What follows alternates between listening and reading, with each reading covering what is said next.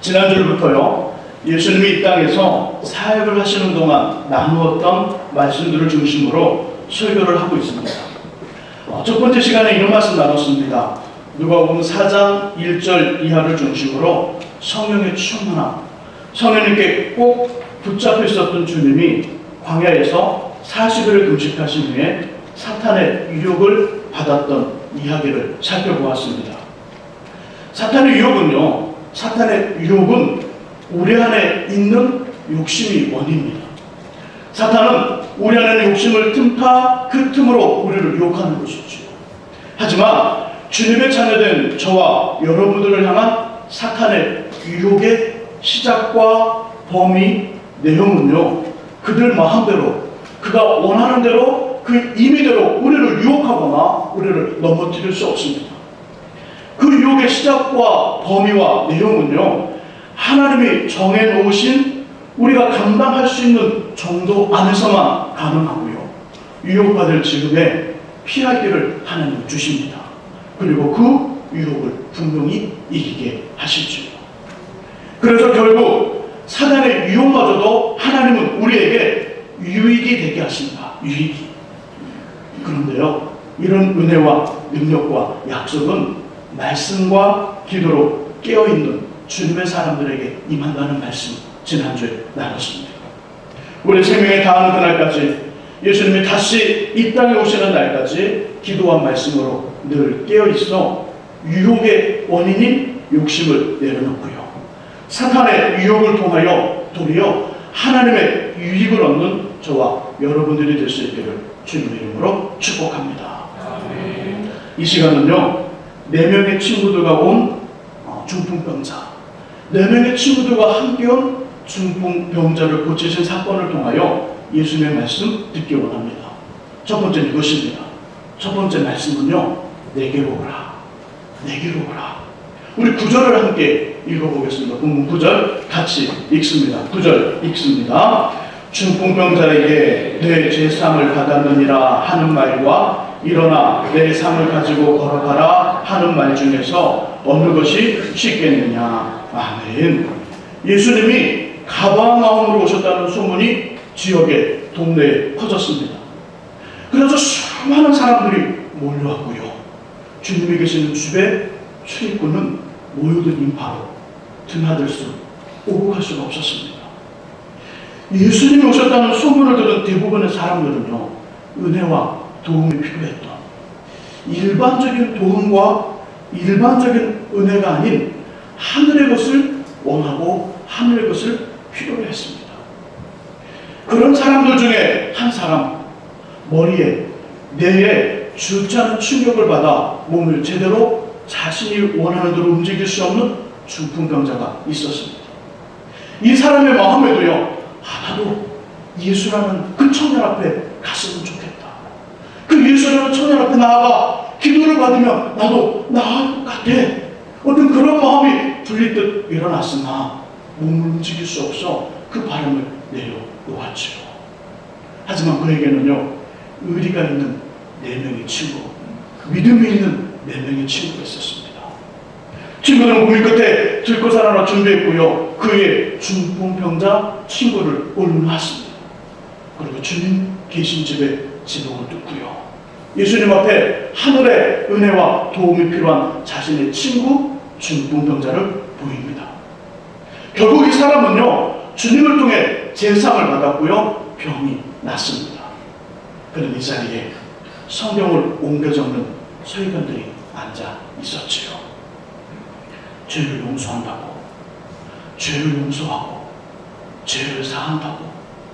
이 말은 하나님만이 하실 수 있는 것인데, 어떻게 나이도 많지 않은 새파란 청년, 예수라는 청년이 얼굴 하나 변하지 않으며 너의 죄를 사하노라. 이건 하나님을 향한 신성 도덕이야. 의아해합니다. 그들 속에 난리가 났습니다. 이에 주님이 그들에게, 서기관들에게 이렇게 묻습니다. 중풍병자에게 너의 죄가 사함받았다는 것과 일어나 너의 상을 가지고 가라는 말 중에 어느 것이 쉽겠느냐? 어느 것이 쉽겠느냐? 여러분 어느 것이 쉬울까요? 어느 것이? 죄를 용서하는 제사함인가요? 아니면 중풍병자를 걷게 하는 치료인가요? 어느 것이 쉬울까요? 여러분들은 어느 것이 쉬운가요? 제사함인가요? 치료인가요? 말씀해보세요. 겉으로 말고 속으로. 어느 것이 쉬우세요? 어느 것이? 제사함요. 우리도 죄인인데요. 본문 속에 등장하는 사람보다 더하면 더했지 덜하지 않은 죄인인데 제사함이라고 쉽게 말할 수 있을까요? 아, 그럼 치료인가요, 목사님? 저와 여러분들도 아프고 치료받을 것이 숱하게 많은데 치료라고 쉽게 대답할 수 없겠죠. 어느 것이 더 쉬울까요? 주님이 원하시는 답이 무엇일까요? 주님은 우리에게 어떤 답을 요구할까요? 이 본문을 읽으면서 한두 번은 이런 고민 해보셨을 것입니다. 반대로 여러분들이 저에게 묻는다면 이렇게 묻겠죠. 목사님은 어느 것이 쉬우세요? 제사함이세요? 아니면 치료이세요? 묻는다면 저의 대답은 오직 하나입니다. 둘 다 어렵습니다. 둘 다 제겐 어렵습니다. 본문에서의 답은요, 더 쉬운 것이 치료입니다. 그리고 더 어려우며 근본적인 것은 제사함입니다. 하지만 저와 여러분들에게는 둘 다 어렵고요, 만만치 않은 일입니다.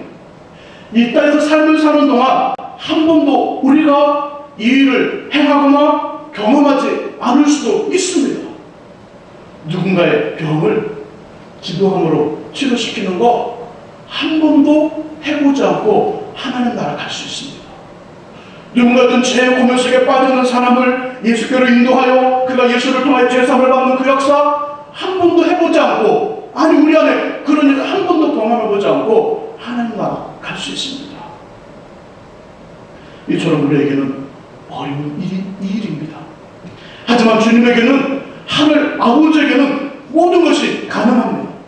제사함도 가능하고요, 치료도 가능합니다. 예수는 그 말씀을 하고 있는 것입니다. 우리에게는 불가능하고 우리에게는 어려워 보이고 우리에게는 만만치 않게 보이는 그 일, 하나님에게는, 하늘 아버지에게는, 주님에게는 가능하다. 모든 것이 가능하니 내게로 오라, 내게로 오라, 그 말씀을 하고 있다는 것이죠. 아버지에게는 모든 것이 가능합니다. 며칠 전에 강아지와 저희 집 막내 아들 이야기를 해드렸습니다. 수요일인지 금요일인지 기억이 정확히 않지만 그 이야기를 해드렸습니다. 못 들은 분들이 계셔서, 그리고 잊은 분들이 분명히 있을 것 같아서 지난 앞부분을 잠깐 소개하고요, 그 다음에 이야기, 또 후반전을 말씀하겠습니다. 저와 둘째 아이 그리고 막내 세 사람이 물건을 파는 가게가에 모여있는 상가를 지날 때였습니다. 저쪽 맞은편에서 한 아주머니가 애완견과 함께 오고 있었습니다. 다리는 짧은데 허리가 긴, 뭘까요? 상상 가시죠? 귀는 조금 길고요, 턱은 이렇게 뼈쪽 나왔습니다. 그냥 허리가 길쭉 길고요, 다리가 짧습니다. 이 개는요, 땅속에는 오소리를 잡는 사냥개입니다. 원래가 땅속에 오소리가 싹 들어가면 이렇게 파서 그 다리가 굉장히 튼튼하거든요. 짧은 다리로 땅을 파서 강한 이빨로 딱 물어 오소리를 잡는 사냥개입니다. 겁이 없어요. 이 개는 공격성이 매우 강합니다. 작은 몸짓인데 항상 착각합니다. 자기는 큰 몸집인 것처럼. 그래서 큰 개에게도 마구 덤비는 강아지입니다. 그래서 집안에서는요, 절대로 이 개와 아이 둘만 나서는 안 됩니다. 아이를 공격하고요, 큰일이 날 수 있거든요. 그리고 외출할 때는 반드시 목줄을 해야 하는 그런 주의사항이 있는 개, 닥스 훈트, 고집쟁이 닥스 훈트였습니다. 그런데요, 맞은편에서 우리를 향해 걸어오던 그 개는요, 목줄이 없었습니다. 목줄이 없이 자유롭게 그 거리를 활보하면서 마치 그가 대장인 것처럼 걸어다녔습니다. 무섭죠? 요만한 개가 이렇게 왔다 갔다 하니. 허리도 깁니다. 밟으면 그냥 밟힐 것 같습니다. 어느 정도 가까이 왔을까요? 갑자기 다리는 짧고 허리가 긴 이 개가, 무슨 말이 들어갈지 상상하셔도 될 것 같습니다. 이 개가 저희 집 막내에게 큰 소리로 칵칵칵 거리면서 달려드는 것입니다. 막내는 어쩔 줄 몰라서 뛰었어요. 마구 뛰더라고요. 어쩔 줄 몰라하고. 그 광경을 목격하고 있는 저는 어떻게 했을까요? 순간적으로 호랑이 소리를 내면서 강아지를 막아섰습니다. 그리고 뒤쫓아오던 주인이 저지를 했죠. 그래 일단락이 되었습니다. 이 일이 있은 후 두 아이, 남자애들 두 아이를 이렇게 데려다 놓고 교육을 시켰습니다. 어디를 가다가 강아지를 만났는데 오늘처럼 달려들거든. 도망치지 마라. 도망치면 자기가 더 강한 줄 알고 계속 쫓아온다. 너보다 크고 강하거든 납작거리지 않도록 미리 자리를 피해라. 미리 자리를 피하고 오늘처럼 너보다 작고 약하거든 눈을 부릅뜨고 두 주먹을 꽉 쥐은 상태로 달려오는 강아지의 턱 주가리를 있는 힘껏 발로 차라. 도장에서 배운 것처럼. 얘네들이 학교도를 배우거든. 도장에서 배운 것처럼 있는 힘껏 발로 턱 주가리를 꽉 차라. 혹시 첫 번째 작전이 실패해서 너희 다리와 옷이 물리거든 절대 넘어져서는 안 된다. 왜요? 목을 물릴 수 있으니까. 절대 넘어져서는 안 된다. 주먹을 꽉 쥐고 다리와 옷을 물고 있는 개의 목을 사정없이 과격해라. 매우 구체적이고 실질적인 가르침을 진짜 해주었습니다. 제가 어렸을 때 학교 끝나고 집에 오다가 동네 강아지한테 물려보았거든요. 물려보고 나서 어떻게 하면 이길 수 있을까 고민하다가 찾은 방법이 지금 가르쳐준 방법입니다. 여러분들도 이런 상황이 생기거든 해보십시오.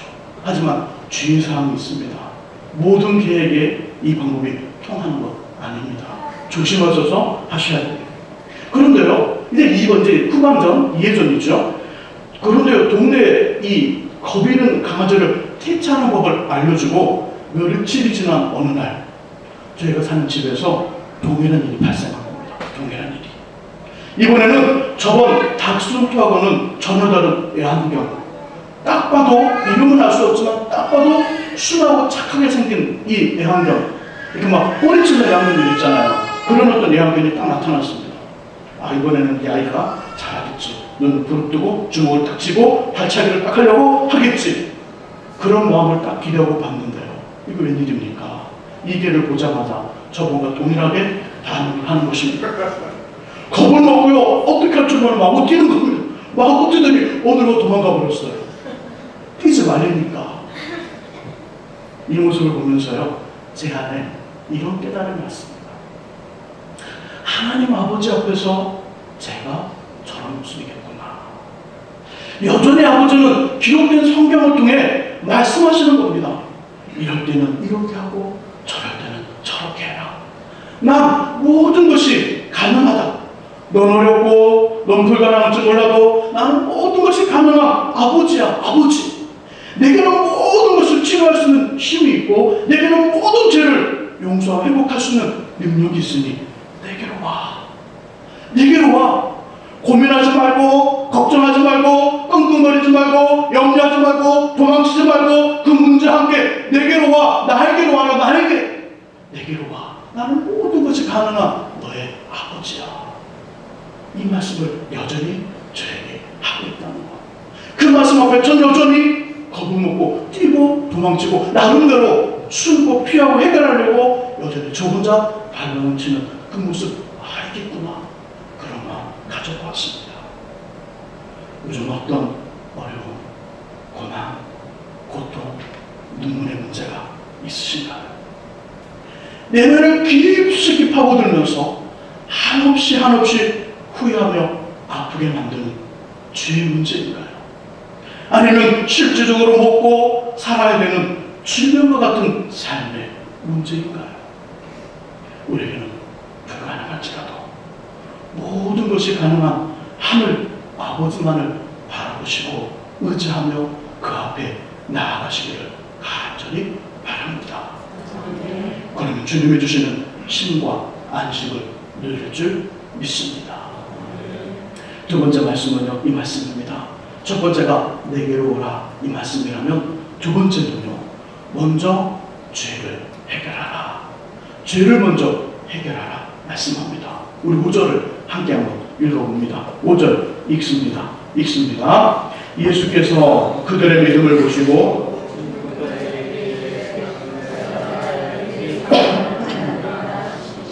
아멘. 4명의 사람들이요, 중풍병에 든 자신의 친구를 들것에 싣고 주님이 계시는 집에 왔지만 임산이네. 너무 많은 사람들로 인해 집 안으로 들어갈 수가 없었습니다. 그래서 찾은 방법이 집에 지붕을 뚫고요, 그 구멍으로 친구를 들것에 실은 채 주님 앞으로 내려놓는 것입니다. 지붕을 뚫는다는 것, 우리나라의 집구조로는요 상상할 수 없습니다. 지붕에 올라간다는 것도 어렵고 지붕을 뚫는다는 건 도저히 상상할 수 없습니다. 왜요? 우리나라 지붕은요 시멘트로 공구리를 쳐놨거든요. 절대로 뚫을 수 없는 그 집의 지붕이 우리나라 지붕입니다. 하지만 이스라엘 집의 구조와 지붕은요 우리나라랑 전혀 다릅니다. 팔레스타인의 지붕은요 이쪽 벽에서 저쪽 벽까지 대들보를 이렇게 가로지릅니다. 큰 나무를 가로지르고요, 나뭇가지를 그 위에 덮습니다. 그리고 그 위에 진흙과 모래와 자갈을 섞어 뒤덮어서 굴림대로 평평하게 다져 만듭니다. 위에 시멘트를 붓지 않고 그냥 놓습니다. 그냥 평평하게. 따라서 지붕이 평평한 옥상처럼 되어 있고요, 밖으로 계단이 나 있어 사람들이 쉽게 오르락 내리락 할 수 있게 되어 있습니다. 지붕을 만들고 평평하게 지붕을 만들고요, 그래서 계단을 만듭니다. 계단을 만들어 얼마든지 밖에서 그 지붕으로 올라갈 수 있도록, 그리고 마음만 먹으면 언제든지 지붕을 뚫을 수 있도록 만들었다는 것이죠. 드디어 지붕이 뚫어지기 시작합니다. 한참을 주님 말씀하십니다. 열정적인 목소리와 열정적인 제스처를 가지고 말씀을 전합니다. 하나님 나라는 이런 것입니다. 그러니 이렇게 하셔야 됩니다. 근데 갑자기 소리가 들리기 시작합니다. 시끄러운 소리, 지붕을 쫓아오는 말과 그럴 수 없다는 말, 지붕을 뚫은 후에 사람들의 반응, 특별히 집주인의 반응이 걱정이 되고 친구를 고쳐주신 예수님의 반응도 장담할 수 없다는 말이 들려오기 시작합니다. 뚫을까 말까 서로 논쟁하기 시작합니다. 잠시 후 요란한 소리가 들렸죠. 집안의 모든 사람들의 시선이 위로 고정이 되었고요, 주님의 말씀을 멈춘 채 위로 쳐다보았습니다. 먼저 함께 부슬부슬 작은 덩어리들이 떨어졌고요, 작게 들어오던 햇빛의 구멍은 점점 커지더니 커다란 물체가 하나 내려왔습니다. 목회자들은 깜짝 놀랐죠. 왜냐하면 그 안에 누워 끈적달싹 못하는 한 남자가 있었기 때문입니다. 예수님은요 들것에 실려있는 그 남자를 한번 보시고요, 들것을 밑으로 내린 아직 지붕에 있는 4명의 친구들을 향해 미소를 지으며 중풍병자에게 이렇게 말씀합니다. 작은 자야, 내 제사함을 받았느니라. 작은 자야, 내 제사함을 받았느니라.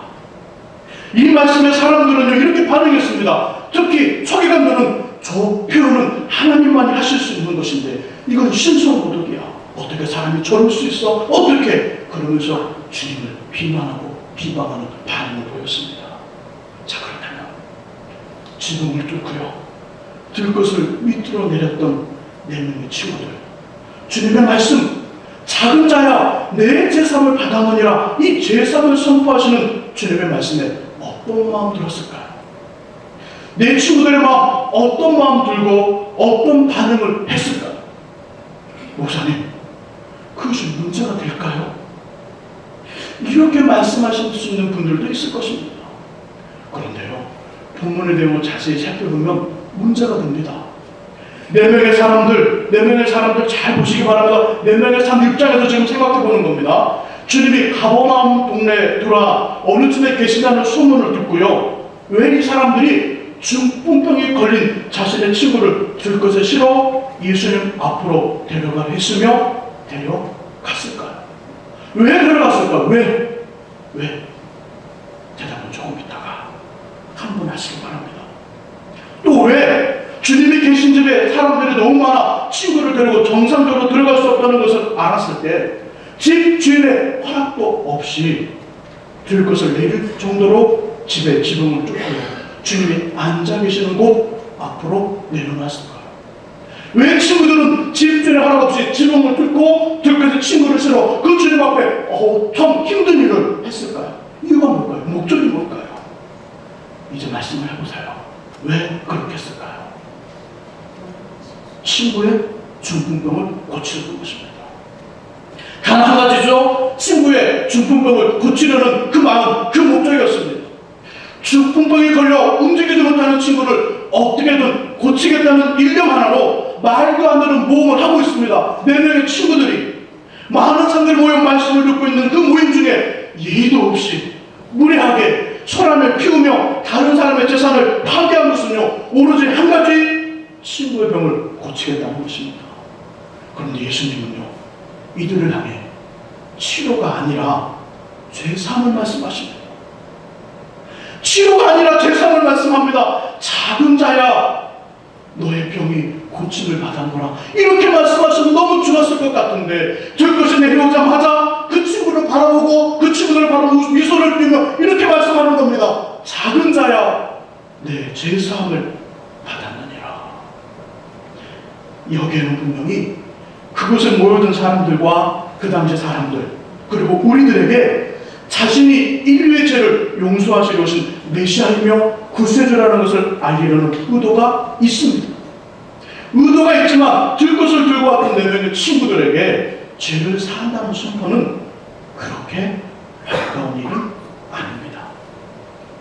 중풍병자와 친구들이 듣고 싶었던 이야기, 치료와 관련된 말씀은요 11절에 나옵니다. 우리 함께 11절과 12절을 읽어봅니다. 11절과 12절 같이 읽습니다. 내가 내게 이르노니 일어나 내 상을 가지고 집으로 가라 하시니 그가 일어나 그 상을 가지고 모든 사람 앞에서 나가거늘 그들이 다 놀라 하나님께 영광을 돌리며 이르되 우리가 이런 일을 도무지 보지 못하였다 하더라. 아멘.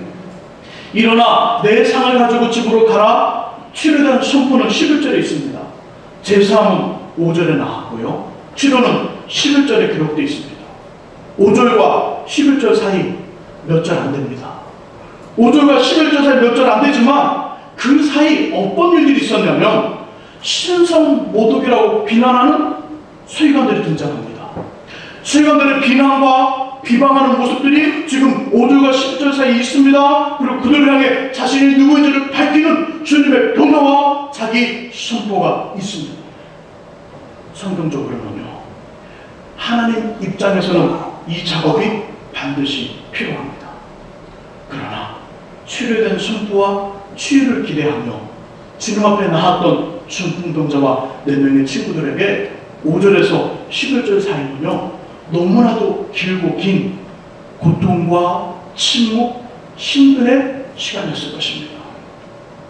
예수님은 분명히 이것을 잘 아실 텐데도 치료와 치유가 아닌 제사함을 먼저 선포하십니다. 여기는 아주 중요한, 우리들이 반드시 놓치지 말아야 될 아주 중요한 교훈, 신앙의 교훈이 있습니다. 그것은 하나님 앞에서 그리고 예수님을 나의 구주로 믿고 의지하며 살아가는 신앙과 믿음의 삶에서 가장 중요하며 가장 먼저인 것은요, 치료와 치유로 대표되는 우리의 필요와 우리의 요구 이전에 죄를 용서하는 제사라는 것입니다. 가장 중요하고 가장 먼저인 것은요 우리의 필요가 아닙니다. 우리의 치료와 치유로 대표되는 우리의 필요와 우리의 요구와 우리의 기도 제목이 아니라 죄사함이 먼저라고 오늘 주님은 말씀하고 있습니다. 죄사함이 먼저다. 죄사함이 먼저이고 죄사함이 중요하다 말씀을 하고 있는 것이죠. 제사함에는 두 종류가 있습니다. 하나는 예수님을 하나님의 자녀로, 예수를 믿어 하나님의 자녀가 되는 근본적인 제사함이고요. 두 번째 제사함은요, 주님의 모습을 닮아가는 과정에서의 삶의 제사함이 있습니다. 제사함을 통해 우리는 하늘의 좋은 것들을 받아 누리며 살아갑니다. 이 제사함을 이렇게 이해하시면 됩니다. 왜 이렇게 소중한지. 가끔씩 마트를 가거나 시장에 가면 아이들이 옷을 파는 가게가 있습니다. 그 앞을 지날 때마다 제 마음에 이런 마음이 듭니다. 저 옷은 큰아이가 보면 좋겠다. 저 옷은 둘째 아이. 그리고 벽에 걸려있는 옷은 막내가 보면 잘 어울리겠다. 이런 마음 가지시지요. 예. 가끔씩 이렇게 긴데 아닌 것처럼 반응할 때가 더 은혜롭습니다. 그런 마음을 가질 때가 있습니다. 그러면 살까 말까 지갑 속으로 생각해 봅니다.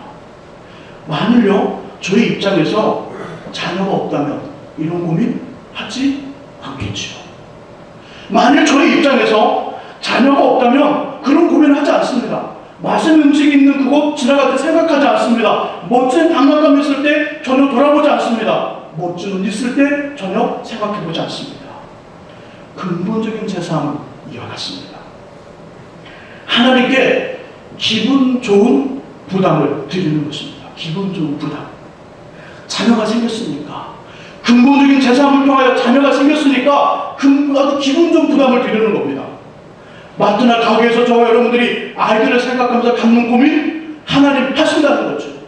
근본적인 제사함을 통하여는 하나님의 자녀가 생겼으니까 우리를 기억하시면서 기분 좋은 고민을 하는 겁니다. 뭘 줄까? 뭘 해줄까? 뭘 먹일까? 무엇을 도와줄까? 그리고 가장 좋은 것을 선물로 주시는 겁니다. 이것이 바로 근본적인 제사함입니다. 예수를 믿지 않던 사람들이 예수를 믿는 것입니다. 믿어 하나님의 자녀가 되고요, 자녀로서 아버지의 애정과 관심과 후원, 아버지가 가지고 있는 권한을 누리는 특권이 주어집니다. 이것이 바로 근본적인 제사함입니다. 다시 옷을 파는 가게로 돌아갑니다. 아이들의 취향과 크게 맞는 옷을 사서요 집에 왔습니다. 이것이 웬일입니까? 무엇을 만지고 놀았는지 손과 발은 까맣고요, 얼굴은 먼지 투성입니다. 여러분, 새 옷을 입히실래요? 이런 경우 입힐 수 없는 거죠. 그래서 그 아이를 화장실에 들어가 깨끗이 얼굴과 손과 발을 비누로 닦은 후에 멋있고 예쁜 옷을 입혀줍니다. 삶의 제사함은 이런 것이죠. 예수를 주님 믿고 살아가는 하나님의 사람들이 인생과 삶의 현장에서 원하든 원치 않든 간에 기록된 성경의 말씀에서 벗어나는 경우가 있습니다. 이것을 해결하는 것이지요.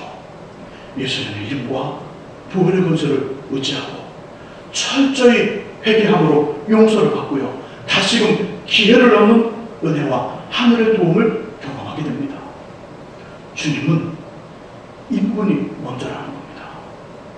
주님은 본문을 통하여 말씀합니다. 이 부분이 먼저이고 이 부분이 중요하다. 치유의 선포보다 우리의 필요와 우리의 요구, 간구와 기도의 제목보다 더 급하고 먼저인 것은 제사함이라는 것입니다. 제사함.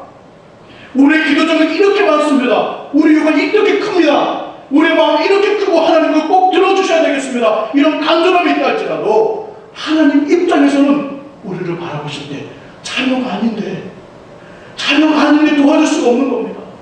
아직 그 손에 때가 묻어있고 얼굴이 검은 틱틱한데 그에게 예쁜 옷을, 새 옷을 입혀줄 수 없는 것입니다. 그러니 죄를 먼저 사함받으라. 근본적인 제사함도 받고 삶의 제사함도 받으라. 그런 후가 우리의 필요와 요구와 간구와 기도 제목이라고 말씀을 하고 있습니다. 혹시 자리에 아직 예수님을 나의 구주로 영접하지 못하신 분이 계십니까?